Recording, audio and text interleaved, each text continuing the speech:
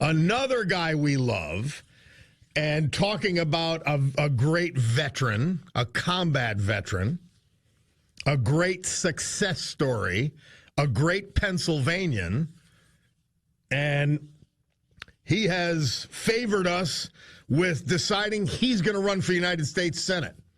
He is Dave McCormick. He's with us now. Dave, how are you?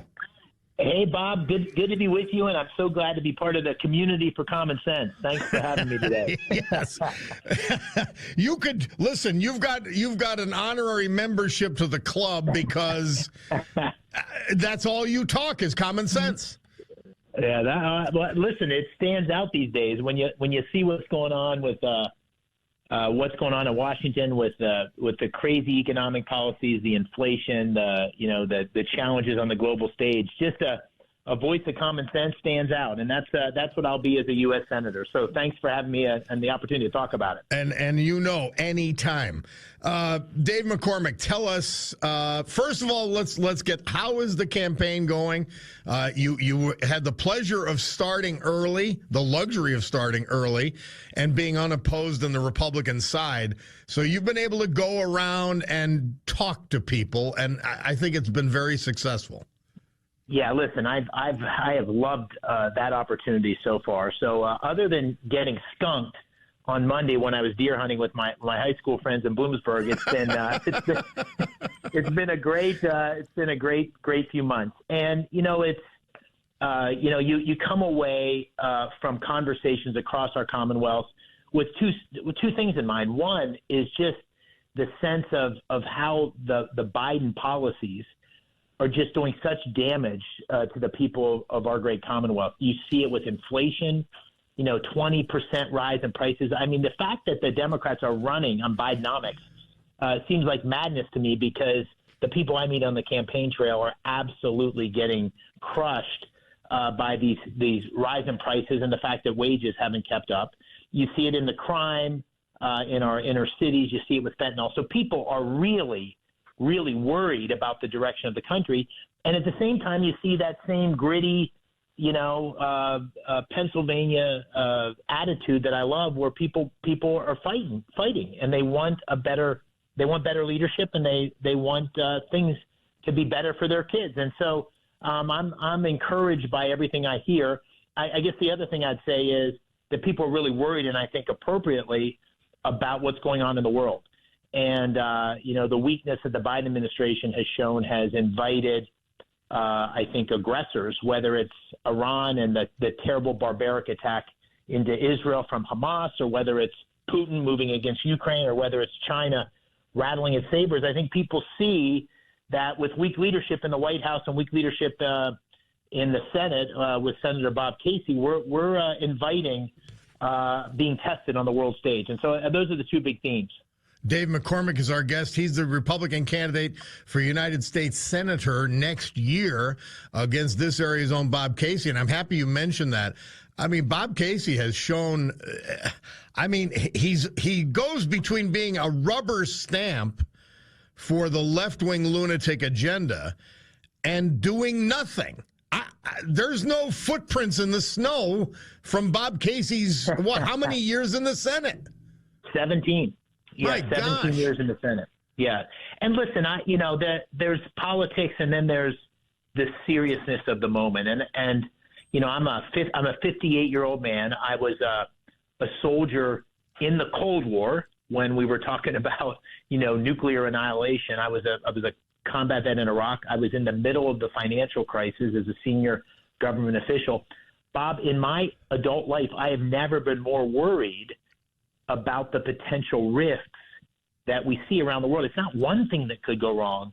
It's many, many things that could go wrong. And so we need strong, independent leadership with moral clarity. And this is where I think Senator Casey has failed us and failed Pennsylvania. Just look as an example at the rubber stamp support for the Iran deal. That came under Obama and then reinforced under Biden. So Senator Casey voted 3 times to support the Iran deal, which essentially gave a lot of the money that we had held back to Iran. And Iran has been the underwriter. They've financed terrorism around the world from Hamas and Hezbollah. So the challenge we see in the world is a direct consequence of appeasing Iran. And Senator Casey was lockstep with President Obama and President Biden on this. And this is an area where we need clarity. We need leadership and moral clarity. And Senator Senator Casey has failed to give us both. And you can't separate the issues because Iran has also supplied Russia with drones and drone technology to fight the Ukrainians. I mean, it's just, you can't make up what we've done for Iran. No, it's all connected. And of course, the Biden administration has also not maintained the sanctions. So the biggest purchaser of Iran's oil is China. So it is all connected. And I'll make one point on this, which is, President Biden gave this talk in the Oval Office a couple weeks ago where he connected the dots of all these threats around the world. I connect the dots too, but I connect them differently. The connection is the weakness of the president and the weakness of the Democratic Party, and in particular Senator Casey here, because we learned this on the playground, Bob. Bullies and aggressors smell weakness. And if they smell weakness, they're going to act on it. That's what's happening. And we need strength, peace through strength. And Dave McCormick, you went to combat against a bully in the Middle East. And it's like you risk your life to fight bullies. So you know the face of that type of person right up front. You've lived it. Now, Dave, one thing that I've been telling the audience, we have what is appropriately called an axis of evil in Iran, Russia, and China. And, they're acolytes like North Korea and a few other countries. But we've seen Russia act. We've now seen Iran act. China would normally be next, but my view is because of the open border, there is going to be domestic-based terrorism that's going to come from the open border, and then the Chinese will move. I'm very frightened. I'm with you, Bob. I'm very frightened too by what we see at the border, and I went down to see it myself when I ran in the last campaign. I was with the Border Patrol, and I'm not exaggerating. I literally stood on one side of the Rio Grande, and the Border Patrol guys pointed up into the hedgerow, and you could see the cartel guys up there pushing the illegal immigrants across the Rio Grande. And, some of them would get through without getting collected by the Border Patrol. Most of them are released within America. And as you said, a number of them are showing up to be on the terrorist list. And so that open border poses an absolute challenge to us from a national security perspective. But there is a connection to China. And the connection is that China is giving the raw materials of the fentanyl. China's producing the fentanyl that then comes through Mexico and across the border. So there's an attack on America that's happening from fentanyl. If you were sitting in China right now and saying, how can we really screw up America? One way you might screw it up is creating the incredible addiction we have. 100,000 lives last year, 106,000 in America died of fentanyl. 5,000 in the Commonwealth of Pennsylvania. So there is a war happening already. It's a war with fentanyl, and we got to stop the open border as part of stopping that flow of fentanyl, which is really killing Pennsylvania. Dave McCormick is our guest. He's our U.S. Senate candidate here in the Commonwealth of Pennsylvania. You just recently had in your adopted hometown, you're a Northeast Pennsylvania guy, but adopted hometown of Pittsburgh area, infiltration into a water system. I mean, these things are, but the power grid, the water systems, we already saw Russian hacking a couple of years ago, by the way, that Biden rewarded with a waiver on the Nord Stream 2 pipeline. Right. It's a scary time, and it could get a lot worse. Well, there's two scary things, as you said, Bob. One is the challenges from around the world, and with technology and artificial intelligence and all of the different ways we can be attacked, we're very vulnerable. The homeland is vulnerable, and so we need to take these threats very seriously. And of course, strong leadership is the key to that. But there's a second threat, and that's the threat from within. The threat that we have with a growing part of our population not understanding how exceptional America is, not understanding what it takes to ensure America remains a leadership position in the world. And what I want to point to is these protests we're seeing on our college campuses. And the protests, you've got a lot of young kids who are still trying to find themselves. But the thing that is shocking to me is the absence of leadership, the absence of moral clarity, where leaders in Congress, leaders of these universities aren't stepping up and saying, no, evil is evil, right and wrong, and being able to call balls and strikes clearly as opposed to all this moral ambiguity. And if we don't have moral clarity, and that's the thing I learned at West Point with duty, honor, country, if we don't have moral clarity on what's right and what's wrong, it's going to be very difficult to lead this country into the next century. And so I want to focus my campaign not only on the policies, but on the spirit of America and what makes America so special, because we've lost sight of that. Dave, a small aside, I don't want to waste your time on this, but I want to mention it. We did in our history, 1890 was the first, this date was the first Army-Navy football game played at your beloved West Point, and Navy defeated Army 24-0. Oh man, Bob! Oh, are you really? No, I didn't say wrestling. I didn't say wrestling. It was football. Well, I do want to say, listen, I've taken my kids to the Army Navy game for 20 years. We got a tradition. It's mostly in Philadelphia, and I've got now 6 daughters, and we will go. And we will do the Army Navy morning. We'll do the Rocky Run, nice. Up the steps, nice, and I get them fired up. And the thing about that game, and my wife always says this, is no matter whether Army or Navy wins, America wins. And the thing about it is you'll have 4 quarters of 2 teams beating the tar out of each other, and then at the end, it'll bring tears to your eyes, because the team that lost, the alma mater will play. Everybody in the entire stadium will stand at attention. And then the winning alma mater will play. And you've got these guys that are killing each other across the football field. And then the next year they're serving together in Iraq or Afghanistan or in the South China Sea. And that's what makes America great. Best sporting event all year, in my view. It really is. So, Dave McCormick, tell us, what's been on your mind of late? Obviously, the attack against. And by the way, I want to mention this. Have you ever? You're a historian. Have you ever seen a time? And I point out this aid package and this protesting for Hamas and the Palestinians.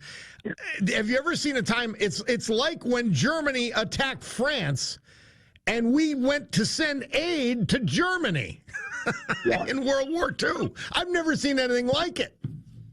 Yeah, it goes back to the point that I made earlier about just moral clarity. And Israel has been one of our greatest allies. Israel has been a source of democracy and human rights in the Middle East, and a source of stability in the Middle East. And when our ally is so viciously attacked, we need to support our ally in eradicating a threat in Hamas. And that threat has been very explicit. Its goal is to destroy Israel, to eradicate Israel. And its goal is also very much to destroy the United States. So this couldn't be more crystal clear. Now, there are huge challenges with the terrible effect on civilians in Gaza, and the Israeli military is I think and continues to try to take every step to minimize civilian casualties. But Hamas has created a situation where they have now put Israel at true risk, and Israel needs to respond. And so the clarity to do that is absolutely part of the leadership that's required. You mentioned stability in the Middle East and how critical Israel is to that. Their very existence actually helps the other Middle Eastern, particularly the Arab countries, hold back their hard right liners Because they've got an enemy, a theoretical enemy to fight against instead of their own leadership. Well, what was happening, Bob, is the amazing thing, and this happened under the Trump administration, and my wife was actually part of it, was something historic happened, which is the Abraham Accords. Yeah. And here you had a step towards really creating a peace agreement between the Emirates and Israel and other Gulf countries, and on the horizon was the possibility of further expanding that to Saudi Arabia, and that would have been historical on so many different levels, and really a step towards a Middle East that few could have imagined. And that's, I think, the primary reason, or certainly one of the reasons, that Hamas, with Iran's support, chose this moment to attack Israel. It was because peace was possible in a way that would never have been imagined a few years ago. And I give President Trump a lot of credit for that. President Trump and his team, and Mike Pompeo, my friend from West Point. I love your buddy Pompeo. He's fantastic. Yeah, well, he and my wife and Jared Kushner, and obviously all under President Trump, made a huge breakthrough. So the unthinkable is possible in the Middle East, but we have to eradicate the evil that stands in the way of that. And don't misunderstand. Hamas is at the forefront of that evil, but behind Hamas is Iran, and Iran is behind Hezbollah and Islamic Jihad and everything else. And we can't look away. We have to recognize that Iran is the source of this instability and this evil. Dave McCormick is our guest. He's our candidate for United States Senate here in the Commonwealth of Pennsylvania. What else is on your front burner, Dave McCormick? Well, listen, we talked about it a little bit, but I just want to come back to the economy, because the economy is the thing that affects the majority of Pennsylvanians in a way that they feel every single day. And, the recent surveys that have come out with, 60, 70% of Pennsylvanians living paycheck to paycheck at a time when prices are rising and wages haven't kept up. The belief that their kids are going to be worse off than they. We got to fix this economy. And the reason we have this inflation problem is because of the enormous spending under the Biden administration. Republicans have not done a good job prior to the Biden administration of spending too much. But what's happened under Biden is a hockey stick in terms of our spending, and it's created a huge challenge for future generations, but it's also created the inflation of the moment. And this is where my opponent, Senator Casey, has made the claim that the reason for all this inflation is greed. He calls it greedflation. So small businesses in Pennsylvania, companies, farmers, he said the agricultural prices are a consequence of the food companies and farmers. He's saying all of that is because people are raising prices without, of course, understanding the most fundamental thing as a business person, which is the reason they're raising prices is all the things that go into their products are going up. The prices are going up because of the inflation created by Joe Biden. So, we need to get serious. This is a critical time for our country. Pennsylvania families, working families are hurting. And Bob Casey comes up with greedflation. So we got to get serious about an economy that grows, creates opportunity for small businesses. Small businesses are the primary driver of job creation. I've done that. I've created hundreds of jobs in Pennsylvania. I know what it's like to make payroll. I know what it's like to deal with inflation. So that's the other thing very much on my mind. This silliness has to stop, and we need somebody in this Senate seat that actually understands how the economy and business works. Well, when I look at your resume from West Point to combat veteran to small businessman to large businessman to international businessman, I say to myself, Bob Casey's done nothing but run for office his entire adult life. Well, here's what I say to people, and I really mean this. I say, listen, if you want the status quo, if you want more of Bob Casey's rubber stamp for the policies of Joe Biden, you should not vote for me. If you're satisfied, you should not vote for me. If you want somebody who's going to shake things up in Washington, who's an independent voice, who's going to stand up against anybody, his own party or the terrible progressive you brought up an important point that I will hear, Dave McCormick. You'll stand up to the Republican Party. It's about what's right and what makes sense for you. Absolutely. Absolutely. That is the one thing that I hope the voters and your listeners will take away from this is like I would be so honored to have this job, but I don't need this job. And the reason I'm pursuing it is because I think I can make a difference. And the only way to make a difference is to have the courage to fight for what you think is right for Pennsylvania and for America. And I certainly have demonstrated in my life that I'll do that, and I will do it again as Pennsylvania senator. Well, we appreciate you coming on with us. You're welcome anytime. We're available. This 9 to noon slot is available for you to tell us what you're up to, what you're thinking on all kinds of issues. Dave McCormick, thank you so much.